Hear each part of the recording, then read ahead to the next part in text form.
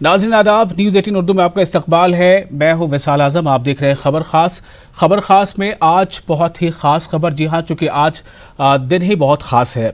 आपको याद है आज 30 जनवरी है और आज यौम शहादत के तौर पर मनाया जाता है। जी हाँ, आज ही के दिन बापू जो है इस दुनिया को छोड़कर चले गए थे और बाबू को किस तरह से गोली लगी थी और फिर कैसे उन्होंने मरते वक्त हे राम के अल्फाज का इस्तेमाल किया था। लेकिन एक बहुत ही मजबूत पैगाम दिया था गांधी ने कि वो हमेशा से अहिंसा के यानी अदम तशद्दुद के वो पैरोकार थे और उन्होंने आखिरी वक्त में भी इसी बात का एक पैगाम दिया था। लेकिन आज इस खास दिन में किस तरह से फिर से गोलियों की आवाज़ गूंजी है और वो गोलियों की आवाज़ गूंजी है मुल्क के दारुल हुकूमत दिल्ली में जामिया के बाहर। पूरा मामला क्या है और कैसे इसको लेकर अब जो और आवाज़ जो उठ रही थी खास तौर से मरकजी हुकूमत की कुछ पॉलिसी को लेकर, वो आवाज़ जो है और मजबूत होती नजर आ रही है। तो आज इसी पर हमारी खास पेशकश।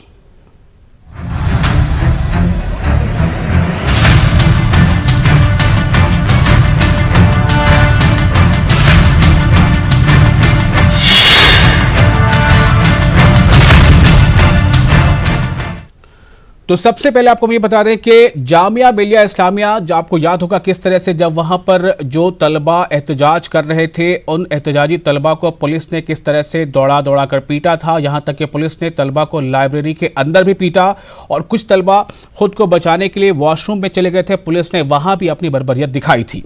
उसी जामिया मिलिया कैंपस के बाहर लगातार पिछले करीब 40 दिनों से एहतजाज चल रहा है CAA NRC NPR के खिलाफ और इसमें कई तरह के नारे भी लग रहे हैं।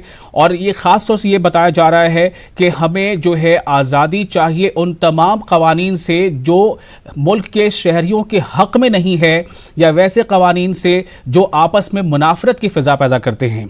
लेकिन आज एक ऐसा वाक़या पेश आया जब जामिया के बाहर अचानक गोलियों की आवाज़ गूंजी।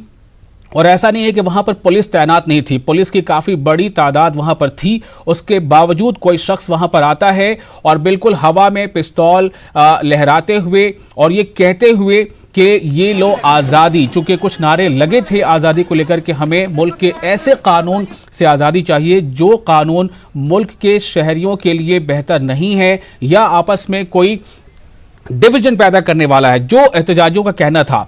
ये तस्वीरें आप देख रहे हैं किस तरह से आज वहां पर फायरिंग हुई है जामिया कैंपस के बाहर और बताया जा रहा है कि वहां पर पुलिस की काफी बड़ी तादाद थी। आप देख सकते हैं पुलिस उस शख्स के पीछे नजर आ रही है।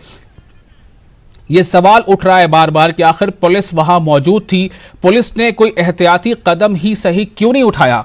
जब वो शख्स वहां मौजूद होता है, पहुंचता है, वो कई तरह की बातें करता है, इश्ताल अंगेज बातें करता है, उसके बाद वो पिस्तौल हवा में लहराता है और उसके बाद फिर एक के बाद एक फायरिंग करता है। लेकिन उस वक्त तक पुलिस ने उसे आकर नहीं दबोचा। उसके फायरिंग में तलबा में से एक को गोली लगती है, वो जख्मी है और जैसे ही ये खबर फैलती है उस तालिब इल्म को अस्पताल ले जाया जाता है, होली फैमिली अस्पताल। फौरन कुछ ही देर के बाद होली फैमिली अस्पताल के बाहर जामिया के काफ़ी बड़ी तादाद में और आसपास के लोग भी वहां पहुंच जाते हैं, वो वहां मुजाहरा करने लगते हैं। इस वक्त भी वहां पर होली फैमिली के पास एक मुजाहरा हो रहा है। लोग जो है डिमांड कर रहे हैं कि जो शख्स है वो गिरफ्तार किया गया है उसकी पूरी सही से पड़ताल की जाए कि आखिर किसके कहने पर उसने ऐसा कदम उठाया, उसका ताल्लुक किस किस से है। क्या ये समझा जाए कि हालिया दिनों देखा जा रहा है कि जिस तरह से मरकजी वजीर तक का नाम शामिल है, जिन लोगों ने कुछ ऐसे नारे लगाए थे चुनावी माहौल में जो इश्तियाल दिलाते हैं, तो क्या ये उसका एक शाखसाना है या क्या ऐसे लोग हैं माशरे में जो ऐसे नारों से बहुत ज़्यादा जो है वो मुतासिर होते हैं और फिर वो एक ऐसा कदम उठा लेते हैं। ये बहुत ऐसे सवाल हैं जिन पर बहुत संजीदगी से सोचना होगा। तो ये तस्वीरें आप देख रहे हैं, जिस शख्स को गोली लगी है उसके दो नाम सामने आ रहे हैं। एक हवाले से खबर मिली उसका नाम जो है सद्दाम है, जबकि एक खबर ये आई कि उसका नाम शादाब है। तो अभी इसको लेकर लेकिन वो जामिया का तालिब इल्म है और जो गोली लगी है उसके बाद पुलिस आती है, पुलिस उसे दबोचती है। जिसने गोली चलाई थी वो अभी पुलिस की हिरासत में है। पुलिस से कई सवालात किए गए लेकिन पुलिस ने खातिर खा कोई जवाब नहीं दिया। तो पुलिस से जब सवाल किया गया इस बारे में तो पुलिस का जवाब क्या था ये पहले आपको हम सुनाते हैं। आपको दिखाई देना पड़ेगा। ये जो लोग वहाँ से मार्च की तरह निकल करके आ रहे थे, कुछ वहाँ पे घटना घटी है, अभी उसका तफ्तीश कर रहे हैं, इंक्वायरी कर रहे हैं। पुलिस वहाँ पर खड़ी है, आप देख सकते हैं। तो ये पुलिस का जवाब है। हमेशा की तरह के इसकी तफ्तीश करनी पड़ेगी और ये देखना होगा, जांच करना पड़ेगा। लेकिन सवाल इस बात को लेकर के भी है कि जब पुलिस की अच्छी खासी तादाद वहां पर मौजूद थी तो पुलिस को इस तरह का कोई इनपुट पहले से क्यों नहीं मिल पाया और पुलिस उसे फायरिंग करने से पहले ही उस पर काबू क्यों नहीं पा सकी? ये सवाल बहुत अहम है। और जब गोली लगी उसके बाद जैसे ही ये खबर फैलती है तो काफी बड़ी तादाद में तलबा जमा हो जाते हैं। तलबा हॉली फैमिली अस्पताल के बाहर भी मौजूद हैं। और आज का दिन, जैसा मैंने आपको बताया था कि आज यौम शहादत है बापू का, और इस खास दिन में मुल्क के कई हिस्सों में गांधी स्टैचू के पास और जगह जगह पर शहर शहर में इसको लेकर प्रोग्राम्स हो रहे हैं, इजलास हो रहा है, रैलियां हो रही हैं। दिल्ली में आज एक ह्यूमन चेन बनाने की कोशिश थी, लोगों ने बनाया भी, लेकिन काफी बड़ी तादाद में पुलिस की गाड़ियां वहां मौजूद थी। पुलिस ने उन लोगों को वहां पर हिरासत में लिया। ये एक अलग तस्वीर है, अभी हम आपको यके बाद दीगरे दिखाएंगे कहां कुछ क्या क्या होता रहा। और ये इस वक्त की तस्वीर आप देख रहे हैं, ये शाहीन बाग की तस्वीर है। शाहीन बाग में वहां पर पुलिस की जो है तादाद वो बढ़ा दी गई है। पुलिस वहां पर चौकस है कि इसका कोई असर किसी तरह से यहां पर ना पड़े।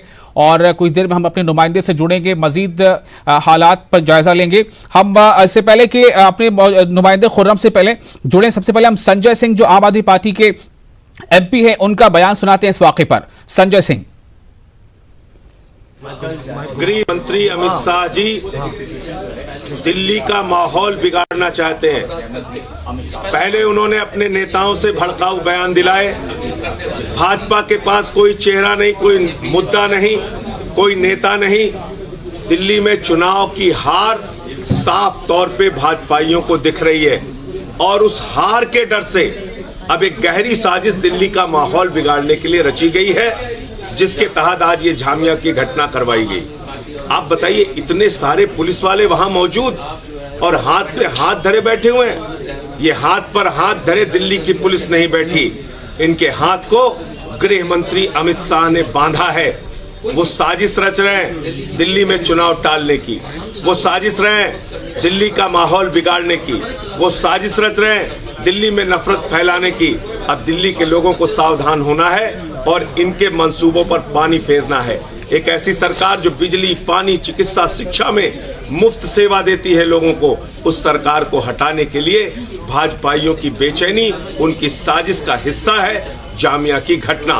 वरना इतने सारे पुलिस वाले निश्चित रूप से एक अपराधी पे कार्रवाई कर सकते थे। वो गोली चला रहा है, नारे लगा रहा है, पुलिस जिंदाबाद कह रहा है, इसके पीछे एक गहरी साजिश।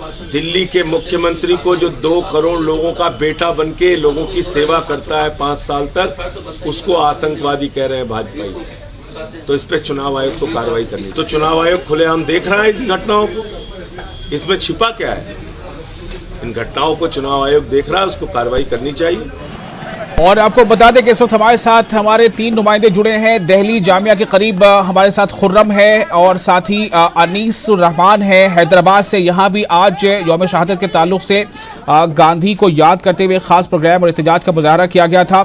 हम अनीसुर रहमान से भी जुड़ेंगे और साथ ही हमारे साथ मौजूद हैं पटना से सब्जी बाग से, जहाँ खवातीन जो हैं वो शाहीन बाग की तर्ज पर लगातार धरना दे रही हैं। महफूज वहाँ से जुड़ेंगे। सबसे पहले रुख करते हैं हम दिल्ली का। खुर्रम, मैं आपके पास आ रहा हूँ। जामिया के करीब आज जो कुछ हुआ उसको आप कैसे बयां करेंगे?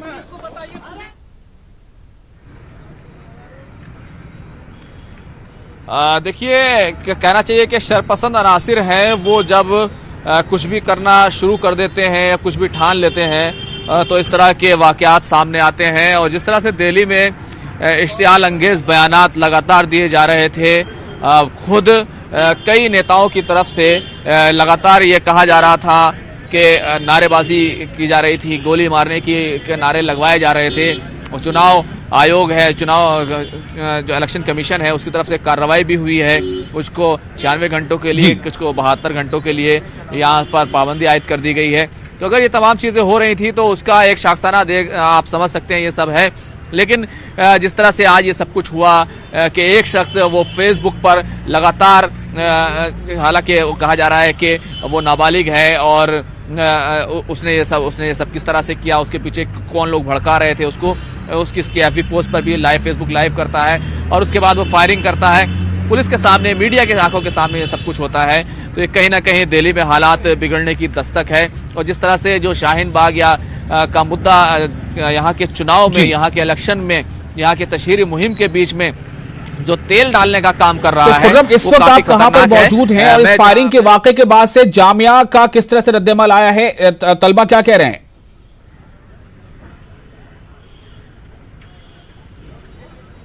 देखिए, मैं जामिया मिलिया इस्लामिया से जो मार्च है और जहां होली फैमिली उसके बीच में आता है, मौलाना मोहम्मद अली जौहर मार्ग है, उसी पे मैं खड़ा हूं। पुलिस ने, क्योंकि आज जिस तरह से मार्च की कॉल दी गई थी, उसमें साफ कर दिया गया था कि पुलिस सीधे तौर पर उसकी परमिशन नहीं है, तो पुलिस ने बैरिकेटिंग की थी। एक शख्स आता है और वो भीड़ के अंदर से बाहर निकलता है और फिर पुलिस और मुजाहिरीन के बीच में वो बंदूक लहराता रहता है और उसके बाद वो फायरिंग कर देता है, 5 मिनट तक लहराता है। तो कई तरह के सवाल हैं जो अपनी जगह उठे हैं। मैं तकरीबन आधा किलोमीटर दूर हूं क्योंकि वहां पर हमारा लाइव व्यू काम नहीं कर रहा था जी। लेकिन यहां से मैं कुछ तस्वीरें आपको जरूर दिखाना चाहूंगा। ये जो आधा किलोमीटर के करीब का जो पूरा इलाका है, आपको नीले रंग की, हरे रंग की, माफ कीजिएगा, हरे रंग की जो बसें आपको दिखाई दे रही हैं, ये पुलिस डिप्लॉयमेंट की बसें हैं। ये यहाँ से आधा किलोमीटर तक खड़ी हुई हैं। इसके अलावा सफेद रंग की बसें हैं, पुलिस के अपना डिप्लॉयमेंट है, सीआरपीएफ के जवान हैं, दिल्ली पुलिस के जवान हैं, वो सब लगातार यहाँ पर जो है लगातार उनको तैनात कर दिया गया है। जब से मैं आया हूँ तकरीबन 2, 2:30, 3 बजे के करीब से यहाँ पर लगातार पुलिस फोर्स है, उसकी तादाद यहाँ पर लगातार बढ़ रही है। यहाँ पर हम देख रहे हैं कि वाटर कैनन की 1-2 गाड़ी भी और बढ़ाई गई है। 2 वाटर कैनन की गाड़ी पहले ही वहाँ पर खड़ी हुई थी। खुद जो डीसीपी चिन्मय बिस्वाल हैं, वो यहाँ पर इस पूरे माहौल को देख रहे हैं और लगातार जो तलबा हैं उनका गुस्सा काफी ज्यादा बढ़ गया है और वो गुस्से में जो बैरिकेड लगाए गए थे उनके मार्च को रोकने के लिए, उस पर खड़े हुए हैं, उस पर चढ़ गए हैं और वहां पर बैठ कर नारेबाजी कर रहे हैं। हालांकि दिल्ली पुलिस वो बराबर ये जरूर कह रही है कि आप लोग नीचे उतर जाइए, आपको चोट लग सकती है। तो अग्रेशन से निपटने के लिए, यानी कि अगर बैरिकेड से आगे बढ़ते हैं तलबा, जो प्रदर्शनकारी हैं, जो एहतजाज करने वाले लोग हैं, उनको रोकने का पुलिस ने पूरा बंदोबस्त कर रखा है। और इसी के साथ साथ एक तरफ आप देखेंगे कि बैरिकेड के उस तरफ जो तलबा हैं वो वहां पर खड़े हुए हैं और दूसरी तरफ दिल्ली पुलिस के जवान खड़े हुए हैं। इस पूरे रोड को जिसमें मैं खड़ा हूं बंद कर दिया गया है। यहाँ पर ट्रैफिक के लिए बंद है, लेकिन लोग पैदल जा रहे हैं, आगे जाते हैं, फिर आगे रास्ता बंद होता है, फिर वापस लौटते हैं। ये तमाम चीजें हो रही हैं। हालांकि मेट्रो अभी तक जारी है, इंटरनेट की स्पीड वहां पर स्लो कर दी गई है। तो ये तमाम चीजें हैं। जो तालिब इल्म जख्मी हुआ था शादाब, जम्मू कश्मीर के डोडा इलाके से है, वो उसको ट्रामा सेंटर भेजा गया था, हाथ में गोली लगी है। तो तमाम चीजें हो रही हैं। दिल्ली पुलिस जिस शख्स ने ये पूरी फायरिंग की, उसको दिल्ली पुलिस ने पकड़ रखा है। बातचीत और उसकी आइडेंटिटी को लेकर के बातचीत। खुर्रम, मैं आपके पास अभी फौरन लौटता हूं, थोड़ा रुख करेंगे हैदराबाद का, जहां पर आज इस खास मौके पर, जबकि गांधी जी को याद करते हुए, उनके शहादत को याद करते हुए, जैसे मैंने पहले बताया, कई शहरों में आज अलग अलग नौयत के प्रोग्राम किए गए थे और उनकी जो फिक्र थी गांधी जी की और जो अदम तशद्दुद का एक रास्ता उन्होंने अपनाया था, उसी के पैरोकारी के लिए जो मुतालबात हैं लोगों के, वो उसे अपना रहे हैं। हम रुख करते हैं हैदराबाद का। अनीस रहमान हमारे साथ मौजूद। अनीस, इस वक्त आप कहां पर हैं?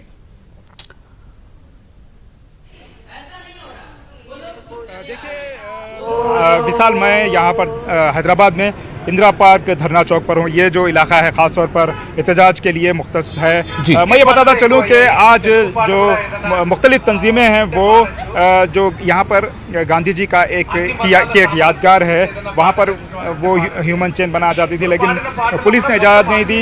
यहाँ पर भी बड़ी मुश्किल से उनको इजाज़त मिली है। आखिरी वक्त में वो लोग यहाँ पर जमा हुए हैं। काफ़ी बड़ी तादाद में ख़वातीन हैं, मर्द भी हैं। और मैं यहाँ पर जो है ये हजरात यहाँ पर ह्यूमन चेन में हिस्सा लेना चाहते हैं। मैं उन्हें यहाँ पर बुला के लेके आया हूँ। मेरे साथ खालिद रसूल साहब हैं। सर, यहाँ पर जो है आज जो दिल्ली में आज सुबह में जो वाक़या पेश आया, उसकी गूंज यहाँ पर भी सुनाई दे रही है। तो इस मौके पर आपका रिएक्शन क्या है? वहाँ पर एक एहतजाजी पर गोली चलाई गई है।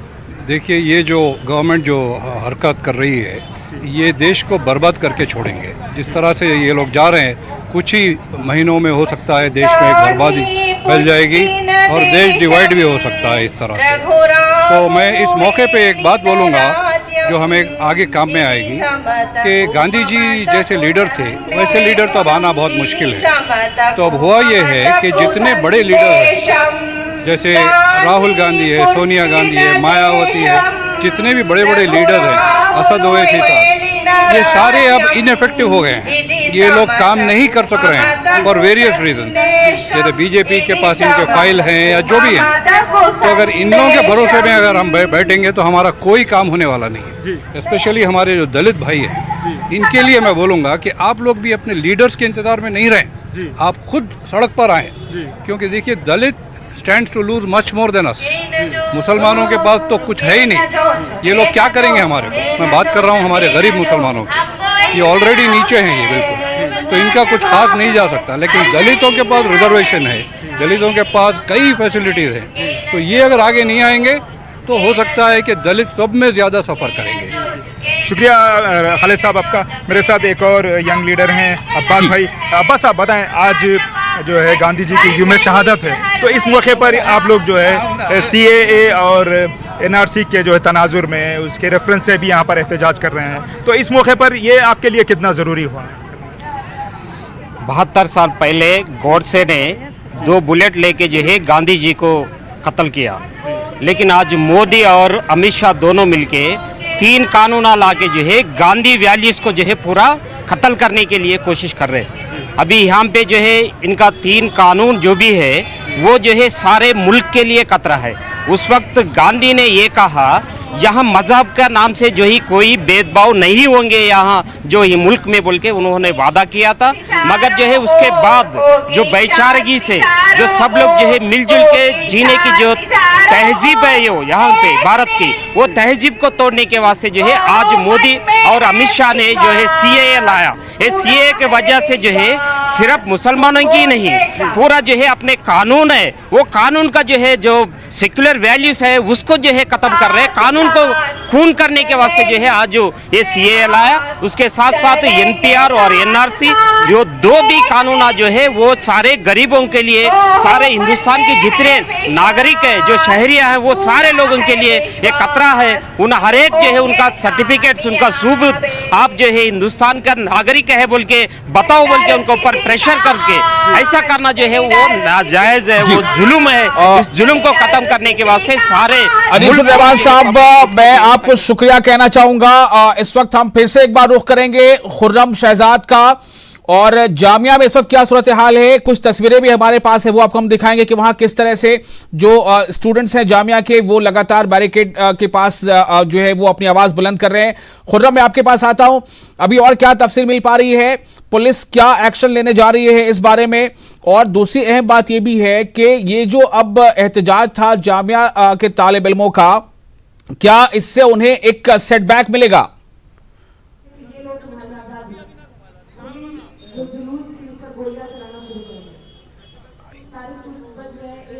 खुर्रम, 15 दिसंबर के बाद ऐसा कुछ नहीं हुआ था जिससे पुलिस के साथ टकराव हो।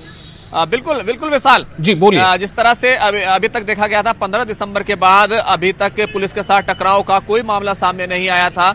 ये पहली मर्तबा है कि दोबारा से ये कॉल दी गई है। हालांकि इससे पहले 13 दिसंबर को एक कॉल दी गई थी जिसमें पुलिस के साथ टकराव हुआ था, और अब ये दूसरा टकराव है।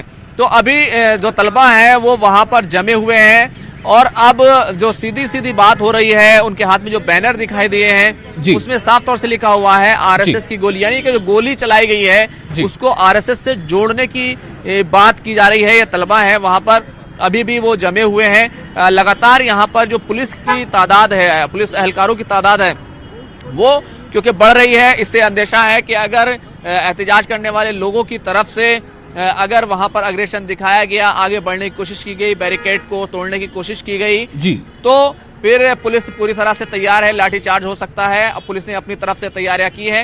जिस तरह से डिप्लॉयमेंट बढ़ रहा है उससे साफ अंदाजा लग सकता है कि पुलिस को इस बात का अंदाजा है कि कभी भी बैरिकेड तोड़ने की कोशिश हो सकती है। इससे पहले ये सब कुछ 13 दिसंबर को हो चुका है। गुस्सा काफी है क्योंकि आप जानते हैं कि जिस तरह से एक गोली चला दी गई, हालांकि किसी तरह की कोई बात नहीं थी, दिल्ली पुलिस ने हालांकि परमिशन नहीं दी थी, लेकिन दिल्ली पुलिस रोकती, लेकिन कुछ दूसरे लोग अगर बीच में आते हैं तो फिर वो कैसे उसको टैकल किया जा सकता है।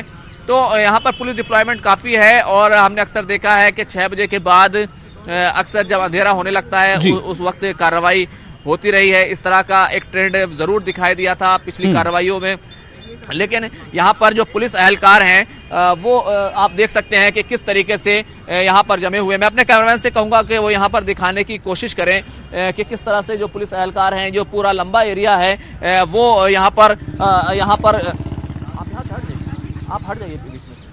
तो यहाँ पर जो है आप देख सकते हैं कि वो पुलिस एहलकार हैं वो यहाँ पर है, और ये आधा किलोमीटर का इलाका है जिसमें आपको हरे रंग की बसें, पुलिस की गाड़ियाँ, ये सभी दिखाई देंगे। होली फैमिली हॉस्पिटल है इसके बीच में, वहां पर कुछ जगह जरूर खाली है, लेकिन एक साइड से तो पूरा ये पुलिस का डिप्लॉयमेंट है, उसके जवान यहाँ पर बैठे हुए हैं, लेकिन आगे भी बड़ी तादाद में वहां पर जवान वो वहां पर मौजूद हैं। और तो इसकी वजह से ऐसा लग रहा है कि कार्रवाई जो है हो सकती है। अगर एग्रेशन हुआ तो दिल्ली पुलिस कार्रवाई के लिए तैयार है। गाड़ियां आ रही हैं, जा रही हैं, तो तमाम दिल्ली पुलिस इस पूरे सूरत हाल पर नजर बनाए हुए है, क्योंकि कहीं ना कहीं दिल्ली पुलिस की साख का सवाल मिसाल ये जरूर है। जी खुर्रम, मैं फिर आपसे अभी इस वक्त आपको थोड़ी देर के लिए मैं छोड़ता हूं, मैं आपके पास वापस आऊंगा।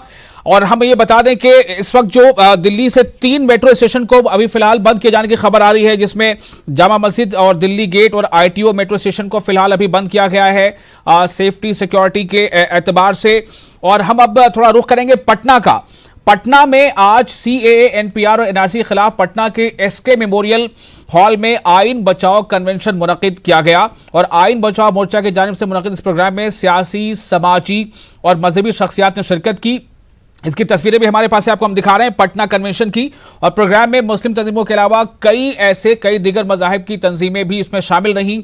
और इसमें जो है कैथोलिक चर्च के फादर जैकलिन और तख्त श्री हरमंदर के ज्ञानी रंजीत सिंह कोहार और भीम आर्मी के मनोज भारती, गोया के कई मजहबी जमातों के लोग भी इसमें मौजूद थे। तो इस खास मौके पर इन शुरका ने कहा क्या, ये आपको सुनाते हैं। के लिए मत आओ, अपने अंदर के इंसान को बचाने के लिए आओ। हम आजाद भारत के नागरिक हैं। हम लोग, हमारा संविधान बोलता है, हम हिंदू हो या मुसलमान, दलित हो या ब्राह्मण, महिला हो या पुरुष, हम सब बराबर हैं। इस बराबरी पे हम कोई हमला होने नहीं देंगे। नरेंद्र मोदी ने सोचा नहीं था, अमित शाह ने सोचा नहीं था कि इस तर्ज पर उनका विरोध होगा। उनको लगा कि उन्होंने सब किसी को जेब में रख लिया है, डर का माहौल है, डर का वातावरण है, कोई विरोध नहीं करेगा। और उनको यह तो बिल्कुल नहीं पता था कि इस विरोध में सबसे आगे अगर कोई होगा तो वो हमारी बहनें होंगी, हमारी माएं होंगी, हमारी नानियां होंगी, दादियां होंगी। क्या कुछ नहीं बोला गया पिछले कुछ महीनों में कि मुसलमान महिलाएं बहुत बेचारी हैं, बेबस हैं, उनके साथ बहुत नाइंसाफी होती है। और उन मुसलमान बहनों को एक रहनुमा मिल गया है, नरेंद्र भाई। आज अगर इस ढोंगी भाई की सच्चाई को किसी ने बेनकाब किया है तो हमारी बहनों ने किया है, हमारी नानियों ने किया है। बात समझिए, ये लड़ाई भारतीय जनता पार्टी के 2 मस्करों से नहीं है, ये लड़ाई आरएसएस की आइडियोलॉजी से है, आरएसएस की फिक्र से है। और आरएसएस क्या है? हर नौजवान के हाथ में, हर मेरी समझिए कि बेटी और बहन के हाथ में मोबाइल है। गुरु गोलवालकर की बेंच ऑफ थॉट को निकाल लीजिए। गुरु गोलवालकर की बेंच ऑफ थॉट में क्या लिखा है? आपके ताल्लुक से क्या लिखा है? मेरे दलित भाई के ताल्लुक से क्या लिखा है? आदिवासी के ताल्लुक से क्या लिखा है? ये लड़ाई आइडियोलॉजिकल लड़ाई है। ये लड़ाई समझिए कि साहब सिर्फ नागरिकता की लड़ाई। और सीधे रुख करते हैं अपने नुमाइंदे महफूज आलम का, जो इस वक्त पटना के शाहीन बाग कहे जाने वाले सब्जी बाग में मौजूद है। महफूज जी विशाल, पटना का ये सब्जी बाग है जहां आज 19वां दिन है एहतजाज का। विशाल, आपको ये बताएं कि पटना का दिन आज काफ़ी अहम रहा। पटना में संविधान बचाओ मोर्चा के प्रोग्राम में 3-4 चीज़ें ख़ास तौर से हुई, जिसमें बाबाए कौम महात्मा गांधी को खराज अक़ीदत पेश किया गया। जामिया मिलिया इस्लामिया में जो बड़ा हादसा हुआ है उसकी सख्त अल्फाज में मजम्मत की गई। वहीं NPR को सीधे तौर पर बाइकाट करने का फैसला किया गया, ऐलान किया गया। कई सारे बड़े बड़े दिग्गज वहाँ पे बोलने आए थे, बड़ी शख्सियतें थीं। ये भी फैसला हुआ कि जब तक हुकूमत उनके मुतालबात पे गौर नहीं करती है तब तक एहतजाज जारी रहेगा। आपको ये भी बताएं कि पटना के मुख्तलिफ इलाकों में जो शाहीन बाग बन चुका है, सब्जी बाग, आलमगंज, हारून नगर और दूसरे मकामात पे ख़वातीन बड़ी तादाद में बैठी हैं और एहतजाज कर रही हैं कई दिनों से। वहाँ पे भी महात्मा गांधी को खराज अकीदत पेश की गई है आज के दिन, और इस बात का फैसला किया गया है कि जब तक इस कानून के सिलसिले में उनके मुतालबात नहीं माने जाएंगे तब तक ये एहतजाज जारी रहेगा। मिसाल आपको बताएं कि ये सब्जी बाग है जहाँ हर रोज़ कोई ना कोई बड़ा लीडर यहाँ मौजूद होता है। किसी भी वक्त आज जीतन राम मांझी यहाँ पे आने वाले हैं जिनका इंतज़ार हो रहा है। आप देखिए बड़ी तादाद में ख़वातीन यहाँ पे बैठी हुई हैं। हालांकि ये सब्जी बाग का ये पूरे सड़क पे, आधे सड़क पे लोग बैठते हैं और आधा सड़क खाली रहता है, और काफ़ी पुरअमन तरीके से यहाँ पे एहतजाज हो रहा है। जीतन राम मांझी भी आएंगे। एक कोशिश ये भी है कि दलित तबका जो है इस एहतजाज का हिस्सा बने और वो खुद भी एहतजाज में शरीक हो और इस सिलसिले में आवाज़ उठावे, क्योंकि ये लोग मानकर चल रहे हैं कि ये कानून जो है तमाम लोगों को मुश्किलों में डालेगा। जिनके पास कागजात नहीं होगा, जो गरीब हैं, जो दलित हैं, जो पिछड़े हैं, आदिवासी हैं, जो किराए के मकान में रहते हैं, जो सूबे के बाहर जॉब करते हैं, उन तमाम लोगों को मुश्किलें उठानी पड़ेगी। हम आपको बात कराने की कोशिश भी करते हैं। आप बताइए, काफ़ी दिनों से आप लोग 19वां दिन है आज एहतजाज का, क्या कहेंगे इस मौके? देखिए, आज सब्जी बाग में है हम लोग, 19वां दिन है आज। ये लड़ाई NRC CAA NPR को लेकर शुरू हुई है। यहाँ पर जो लोग बैठे हुए हैं वो लोग सब लोग लगातार हम लोग इस बात को कर रहे हैं कि कैसे NRC CAA NPR जो है वो सिर्फ एक धर्म के खिलाफ लड़ाई नहीं है, वो लड़ाई एक पूरी की पूरी आवाम के खिलाफ है, पूरे 135 करोड़ जनता के खिलाफ है। जहाँ पर जो लोग गरीब होंगे, जो लोग मजलूम होंगे, मेहनतकश मजदूर, महिलाएं, दलित, आदिवासी, सबसे ज़्यादा दिक्कत इन्हीं को होने वाली है। जैसे हम लोग आसाम में भी देखे कैसे 19 लाख लोग जिनका नाम NRC में नहीं आया था, उसमें से 14 लाख लोग जो थे वो हिंदू थे। और ये जो पूरा चीज़ उन्होंने किया है, यही चीज़ वो पूरे देश में लागू करना चाहते हैं और ये जनता इसके खिलाफ है। ये तहरीक में हिंदू मुस्लिम सब शामिल हैं। यहाँ पे सब्जी बाग में वो नज़ारा साफ तौर से दिखाई देता है कि सब लोग जो है खड़े हैं, इसे एहतजाज कर रहे हैं। जी, मेरा नाम आकांक्षा है, मैं यहाँ पर हूँ। इनका नाम रशीदा है, यहाँ पर है। हमारे साथ निखत है। हम ऐसे सारे धर्मों के लोग आपको यहाँ पर दिख जाएंगे। जो लोग यहाँ पर हैं, वहाँ पे बहुत सारे लोग हैं जो लगातार यहाँ पर आते हैं, हमारे बीच में वक्तव्य रखते हैं। जो हिंदू है, मुस्लिम है, सिख है, सारे लोग हैं, और हम लोग लगातार उनके बीच में जा भी रहे हैं, हिंदू बस्तियों में प्रचार कर रहे हैं इसका, ताकि लोग इस बात को जाने कि ये लड़ाई जो है, ज़रूर इसमें मुस्लिमों पर तो डायरेक्ट हमला है ही, लेकिन ये डायरेक्ट हमला होते हुए भी सिर्फ उन पर हमला नहीं है। ये तमाम लोगों के साथ जो है ये मसला है, ये आप लोग कह रहे हैं ना।